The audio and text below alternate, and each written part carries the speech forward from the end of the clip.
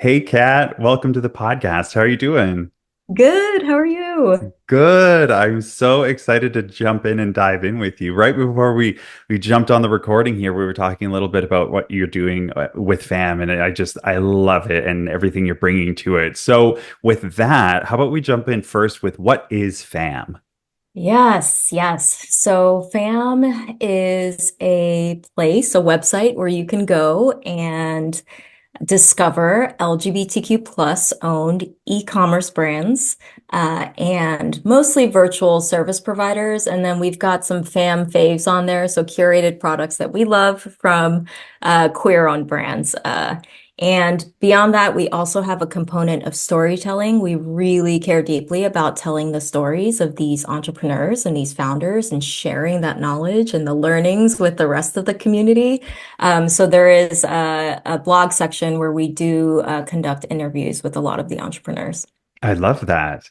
So, like we were saying just before, this has been attempted a number of times. There's a numerous amount of kind of queer, I guess you could say, aggregates out there that kind of try Yeah. and collect these and put them together so that they can support everybody. Why did you decide to create FAM, and what do you think is a little different from what you're doing than to what's Mhm. been done in the past? Yeah, totally fair question.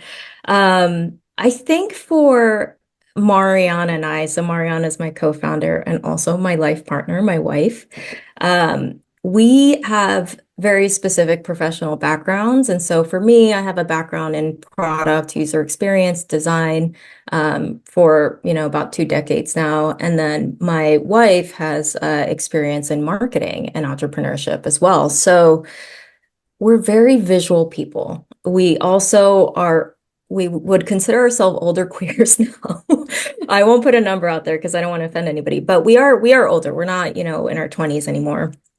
And so we are very intentional about where we're spending our money. So values alignment is important to us, which is why the storytelling component to FAM and sharing the stories of these entrepreneurs, not just listing a business, but going deeper, is why we created FAM in the way that we did. And then the visual piece is like, I want to see what a brand's about without having to click into multiple links or websites and have to do that extra work because we're parents of a 3-year-old now and we're entrepreneurs in life and we don't have time for that. So we are all about efficiency, and being able to get a sense of a brand without having to do that extra work is why we've created these brand profiles, so to speak, or these kind of visual pages to give people a sense of just what the aesthetic or vibe of a business is before you kind of go into their website. I love that because my number one love is efficiency. Like that is one of my core values. Yes. So Yeah. that's actually one of the things that I did notice when I was on the website is that there was like blog articles and other things that you normally wouldn't kind of find on a website like this. And it Hmm. did outline the story of, who they were, what was going on, and why this business is so Hmm. important. And I think that that's actually a really smart thing that you've done. I mean, I'm SEO background. So on an SEO side, Yes. that also really benefits the website to get that Yeah. traffic to build because at the end of the day, if you're not marketing it, nobody's going to see it, right? Which I think has Hmm. been the problem in the past of people not being able to actually get eyeballs on this information, which is so important. So having those stories is so important. What when did you decide that it wasn't just going to be the business stuff and that you needed to have the stories and how you were going to marry that together? Because I think that's very important how you're doing that because it's very intentional and it speaks volumes to kind of how the next generation is consuming. Yeah. There are two things I want to talk about here. So I will say the first is prior to starting FAM in May of 2023, so about a year and a half ago, I was in tech, and working at another startup as a founder and chief of product. But um, prior to that experience and in tech generally, there's a lot of discussion around diversity, equity, and inclusion, belonging, spaces that feel intentional and safe for marginalized people, intersectional folks like myself who are queer and POC. Um, Especially even as you make it to kind of leadership roles. So I think one of the things that I want to touch on is just that's another reason why we started to kind of build what we built with FAM and also tell the stories of these entrepreneurs because we wanted to bring more visibility, more business, honestly, more agency and more kind of power to queer entrepreneurs and maybe even the next generation of queer entrepreneurs. So that's like number one. And I'm trying to think what my second point was here. Well, Going back to your question, yeah. maybe I can jump in because Yeah. you brought up your past, and I wanted Yeah. to ask, what lessons did you learn from your first tech startup that you're now bringing into and benefiting Fam with? Oh, that's such a good question. Oh my gosh. Let me think back to my first pass at at a startup as an entrepreneur. Um, I mean, I think the biggest thing that resonates with me, at least at this point in my career, is like the partner you choose to go if you choose a partner, if you're not a solopreneur, but the co-founder, so to speak, choice is such an important choice. It's like the values alignment has to be there. I mean, I think that's something that I've always come back to is just if you're not on the same page there around how you're thinking about a business and how you're thinking about the community component of the business and the feels of a business. Like for me, I'm a feeler for sure. And so like that's just important to me as is making money or like the bottom line or any of that. Um, and so what I've learned, yeah, in entrepreneurship is like that's gonna make or break things. It just will. Like, and we've seen that play out in tech and entrepreneurship. So now, I mean, starting something with my wife, of course, has its ups and downs. But I think because we know each other so well and respect each other and love each other, it actually gives us a bit of an advantage, honestly, in terms of what we're doing and why we're doing it. Okay, you're not, this isn't the first like couple duo. I've had one other couple duo, and we dove in deep about working with your significant others. So I'm going to Yeah. pull a little bit from when I interviewed them, and how is it really like working with your wife and working like so full on together? And maybe let's also go with what's a major benefit that you have experienced or learning lessons you experienced through working with a partner that's different than working with others? Yeah. I mean, I think the biggest takeaway I personally have, at least from this venture with Mariana, is like understanding the boundaries of, what hat I'm wearing at any given point in time. Am I wearing my spouse hat? Or am I wearing my founder hat? Or like, and how does that work together? So I think that's kind of been a work in progress. It's much easier said than done. Figuring out how to give each other grace and how to like remember at the end of the day, how to tackle certain things that might come up where we might disagree, because that's going to happen with anyone. Um, and yeah, so I mean, I think that's been the biggest challenge, and it's still like a learning process for me personally. But I think the beauty of our relationship is just we know why we're doing what we're doing. We don't ever have to question that. We're always on the same page about, our plans for FAM or, the community component. There's never anything that's off balance there between the both of us and our vision for what we're trying to do with FAM. Is there any hard and fast rules you've developed since being in this partnership where you're like, okay, we've learned this together. Now we have a rule about it? Yeah, I mean, sometimes it's like really simple stuff. Like I feel like communication is always at the at the core of all misunderstandings. But yeah, just like over communicating expectations, questions, intents, all the things that even come with any sort of relationship that you have with a human being.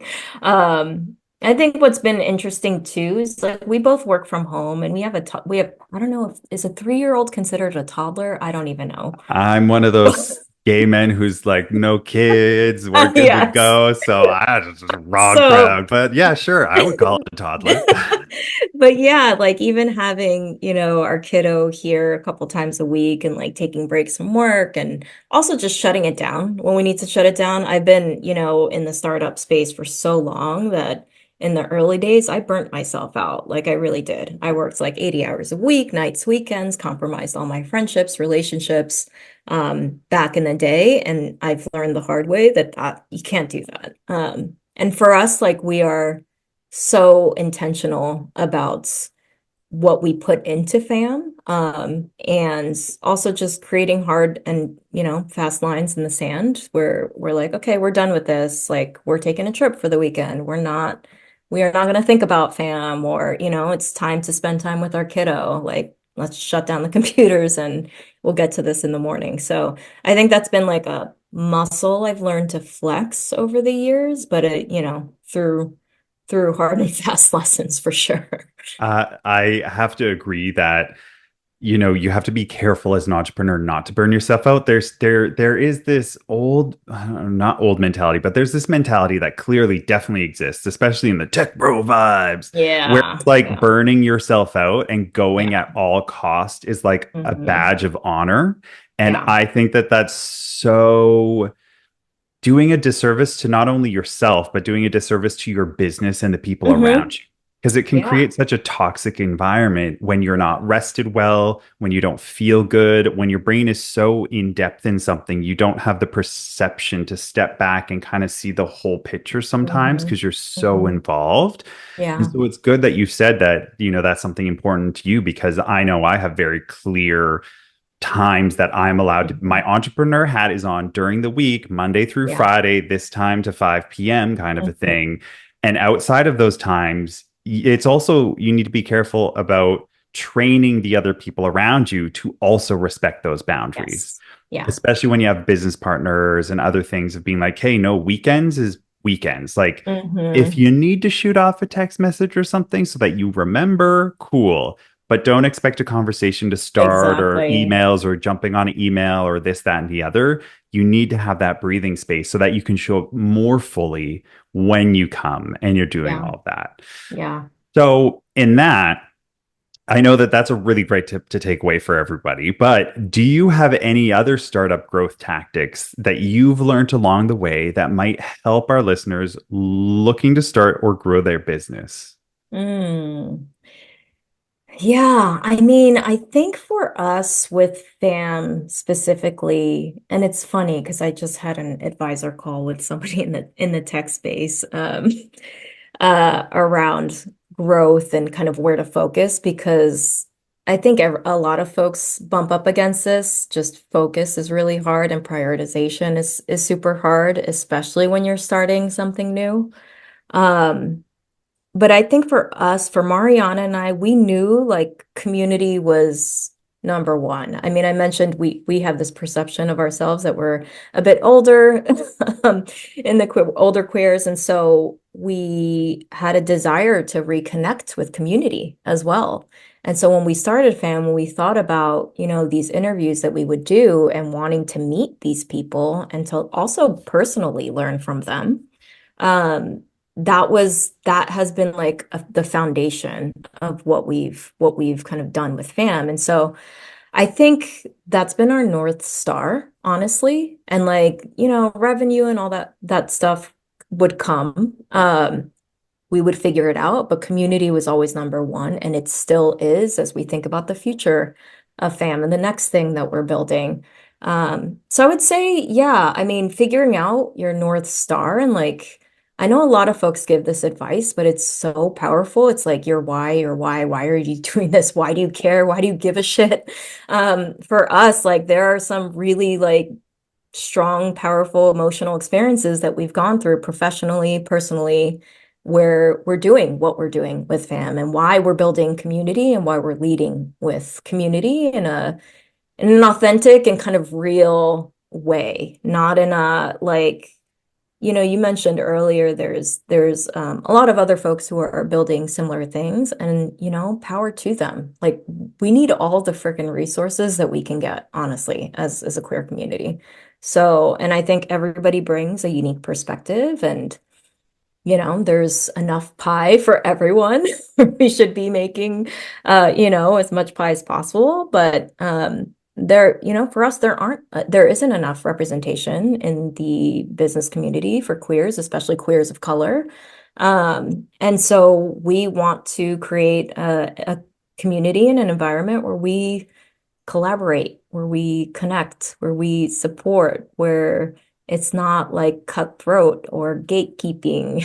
And that's what we believe in, and that's why we're doing what we're doing. But that North Star is really, and your why is like really, really going to kind of help you get through times where you're like, why am I doing this? This is like such a hard day, the peaks and the valleys. And it's what's worked for us. Yeah, there is always going to be those days of like, Oh gosh. why am I doing this? Yes, totally. I like it's kind of like authentic and conscious capitalism approach, Yeah. which Yeah. I think people have tried to do. Yeah. But I think especially right now in the space that the world is in right now, which we can all agree is a very strange place that we are Hmm. right now. Hmm. I can hear queer voices getting a lot louder and a lot Hmm. prouder. And Yeah. it's kind of this two-sided experience where on one side we want the conscious, authentic connection and that version of capitalism, because that's the world we live in right now. It's just reality. But Yeah. then the other side of just like, fuck it, we're here and we're not taking shit anymore. Almost Hmm. going back to the Stonewall days of being like, Yeah. okay, we kind of got some benefits, but now you're trying to push back, and now we're Yeah. really going to just get loud and say fuck you. And I hear a lot Hmm. of the Gen Z is very those vibes. They're like, Yes. taking Yeah. none of this anymore. And I love it. Hmm. Yes, I'm here for it. So I love that you're really spending time to invest that into your community, that yes, you're growing a business, but you're also growing a community, because I think that's Hmm. truly in the future what businesses are going to be. It's going to be communities of people, everybody benefiting together, because then more begets more begets more. Yes. And we're seeing a lot of that too. We're seeing solutions and businesses. I mean, that's the one thing that was surprising in honestly, building FAM for ourselves at the onset as a resource was like, wow, there are so many LGBTQ plus owned businesses. And unfortunately, a lot of those don't, right, make it past 5 years, just statistically. And I think that's because a lot is stacked against them, honestly, at the end of the day, especially as we think about funding, right? But like I think that's been something that was really surprising to us, just seeing how many folks in the community who are creating the solutions. They're building the things that mainstream brands or spaces aren't creating for them. And you're seeing it in social media too. And I think that's such a beautiful, necessary thing, especially during such polarizing and scary times for the community, not just in our country, but globally. Yeah, definitely. There is new data now starting to come out through Start Out. Yeah. I had Yeah. Brian on the podcast from Start Out talking about, just the stats around entrepreneurship and queer entrepreneurship and how little we actually Hmm. get, but how Yeah. much we end up doing with it. And I like Yes. to think it's because we were like just used to being scrappy. We're like, well, nobody Yes. supports us anyway, so we're just going to do it anyway. So we're Yes. used to that mentality of just being Hmm. like, we're going to get there. We're going to Yeah, figure it out. And then exactly. organizations like the NGLCC that also like a lot of queer entrepreneurs don't even know about. Like I didn't even Hmm. know about that for so long. NGLCC up here in Canada, CGLCC, and that these ecosystems do exist, but even still, it's such a tiny fraction of what exists for, the world at large, that it's wild how Exactly. much we actually can achieve with so little in terms of resources for us and our community. Yeah, exactly. And it's actually really nice to see these accelerators and these funds who are very specifically showing up for LGBTQ plus owned businesses, because you go pitch your idea to your typical VC in Silicon Valley, they're just not going to get it. They No. won't understand. And they're all about market share this, market share that, but like they just don't understand the very unique problems that, this community faces. And so it's really nice to see these funds pop up as well. Yeah, I 100% agree with you on that. It's it's the old boys club of like, well, if Yeah. this isn't going to 100 times, why are you even Yeah, wasting my time? And it's just like, exactly. because the world needs more than just shareholder value to keep Yeah. going. You can't Yeah. have shareholder value if you don't have a world or a community to Hmm. have. Like, it's this whole roundabout. Yeah. All right, I got one more big question for you before we head off here. At what rate, because we've been talking about kind of this balance and stuff, at what rate is it too slow or too fast of growth that you are giving yourself that grace to play with? Yeah. Um, it really depends on your your circumstances, honestly. I mean, I'll start with just like our specific situation because everybody's is different, but we're completely bootstrapped. We have not taken any sort of funding. We're not currently fundraising. So we have our own personal kind of budget for this project and this efforts, and we have milestones in place in terms of what will warrant kind of the next phase of FAM. And so a lot of that that money, right, and that funding, that self-funding has come from working in tech. It's come from many years of working in that industry. Um, as someone who was the very first person in my entire extended family to go to college and get a degree and grew up low income, like I have acquired this privilege over time and over lots of hard work, of course. So I don't know, like for us, like we bump up against this all the time, too fast, too slow. For us, we've got a budget, we're bootstrapped, we'll see what happens, and then we'll figure out next steps. If we need to go raise money, then we'll go raise money. If we decide that it's just not sustainable, then we might call it. Ideally, that doesn't happen. Ideally, what happens is, especially this next phase of FAM, which is the mobile app for LGBTQ plus professionals, Famm Connect, which is launching in 2 short months. Ideally, that will start to help us grow faster than we have with just the website because now we're focused on the connection piece, which honestly organically showed up in our all these conversations we had with these entrepreneurs. Like there were just natural requests for us to connect so and so to this founder for a partnership or asking if somebody in our network would be interested in talking to them about a seed round, etc. So a lot of this was just happening organically where people wanted to connect with each other in the community professionally.